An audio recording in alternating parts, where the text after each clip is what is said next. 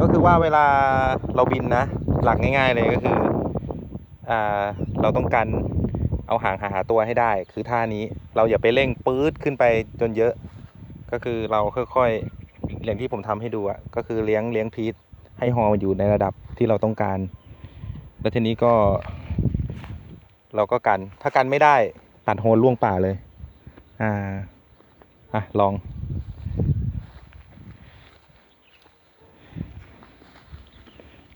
แต่ทั้งนี้ทั้งนั้นเดี๋ยวต้องกลับไปปั่นซิมด้วยนะต้องเล่นซิมหน่อยนี่ลองกับของจริงเลยตอนผมใหม่ๆผมก็อย่างเงี้ยแหละใจร้อนอยากเล่นพอเราก็อยากจะบินเนาะพอบินปุ๊บก็การไม่ได้ก็ตก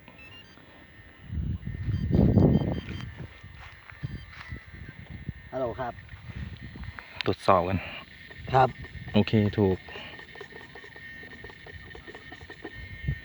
ใช่ครับเดี๋ยวผมโทรกลับนะครับครับถ้าวันนี้บินตกอีกแต่ถ้าตกในป่าก็ไฟที่2ไม่ต้องละเอาแค่ไฟแรกไฟเดียวพอลองจับอาการดูเคยบินโดนมานี่ใช่ไหมครับ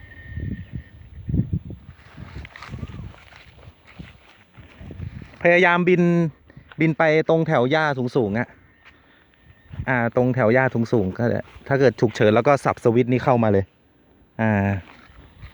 สวิตช์ตรงขวามือมันคือโฮน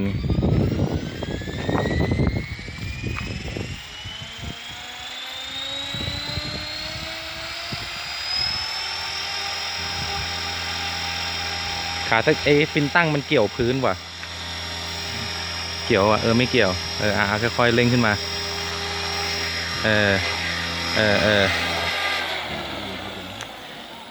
เริ่มได้แล้วนะแต่ว่าเรายังกันไม่ได้แต่มันขึ้นมามันก็ขึ้นมาแบบนิ่งๆอยู่เอาฮอไปตั้งไกลๆหน่อยก็ได้ให้มันไกลตัวเรา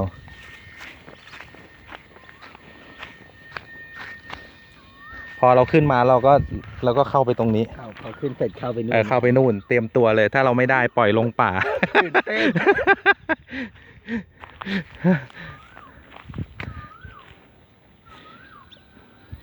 เดี๋ยวมีซิมรออยู่ไม่ต้องกลัวเดี๋ยวได้นั่งเล่นทั้งวัน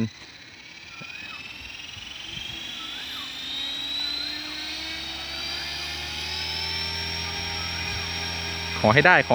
เอาใจช่วยอยู่ได้แล้วนั่นแหละกดเดินหน้านิดนึงเลี้ยงให้ได้เริ่มได้แล้วเฮ้ยอาการดีกว่าวันนั้นนะวันนั้นมันเร็วไปเนาะกดเดินหน้าหน่อยนึงอย่าเยอะไปเอาพอประมาณถอยกดเดินหน้าเลยกดเดินหน้าเสียวอ่ะพี่ลงจอดได้ไหมไม่ได้ก็ปล่อยลงหญ้าเลยเป็นไงยากไหมได้แล้วใกล้เคียงแล้วพี่ใกล้เคียงเนาะแต่เมื่อกี้หางมันจิ้มลงมาว่ะแล้วมันมีพรมรองรับอย่างเงี้ยใช่มันมีพรมรองรับอย่างเงี้ยมันก็ทำให้เราได้เห็นไหมมันเราต้องได้แหละมันต้องได้มันต้องได้แต่พูดถึงจะเอาอีกไฟไหมอีกไฟก็ได้คือผมจะบอกกันนะเวลาที่เราประคองฮอเนี่ยเมื่อกี้มันยังย้วยอยู่ครับเราจะต้องว่าเราจะต้องดึงให้มันกระชับมากขึ้นเมื่อกี้เรายังเดินหน้ามันก็เดินหน้าพอถอยหลังก็ถอยหลังใช่ไหมล่ะเราต้องแบบเลี้ยงให้ได้เลี้ยงให้มันนิ่งให้ได้ใช่อ่ะผมเอาใจช่วยเต็มที่เลย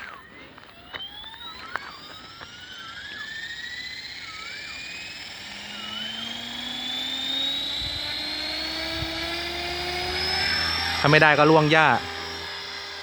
พยายามประคองให้ได้ประคองให้มันอยู่ข้างหน้าเราให้ได้เลี้ยงให้ได้เนี่ยท่าแรกเราต้องมาฮอปอย่างนี้ก่อนเฮ้ยพยายามอย่าให้มันโยนไปโยนมาต้องให้มันอยู่ข้างหน้าเราให้ได้ใกล้ละ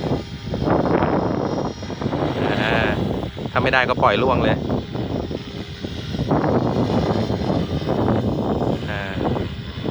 ใกล้ละใกล้ความจริงละพยายามอย่าให้มันแถไปแถมากันให้ได้เลี้ยงให้มันอยู่ข้างหน้าเราให้ได้ เอาว่าให้มันกระชับมากขึ้นอ่ะโอ้โหก็ยัง เอาลงต้องให้มันนิ่งก่อนใช่ไหม ต้องให้มันนิ่งก่อน เรายังกันไม่ได้ไงอื้อหือดีนะมันเบสมันฟันหญ้าพอดี เราพยายามให้มันล่วงในป่า อย่าให้มันล่วงแถวนี้เดี๋ยวเบสมันแตกจะเอาอีกไหม ก็ไอ้ไงนะ เอาอีกหน่อยล่วงหญ้านะตอนเนี้ยให้มันล่วงหญ้านะอย่าให้มันมาแถวนี้เดี๋ยวเบสแตก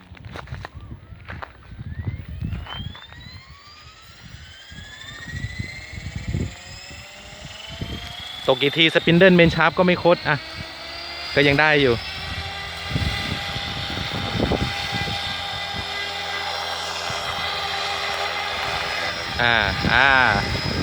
กันให้ได้กันให้ได้กันให้มันอยู่ในบริเวณที่เราต้องการให้ได้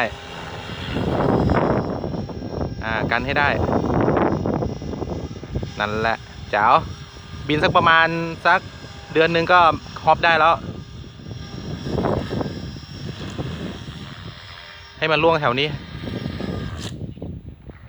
ไกลไปหน่อยว่ะมันดังฟิบว่ะรถเมล์เกียร์รูดแน่เลยว่ะ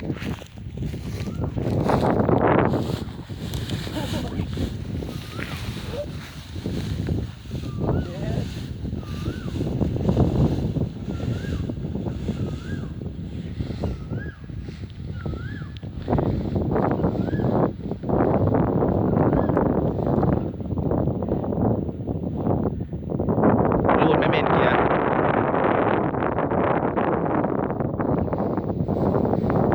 เดี๋ยว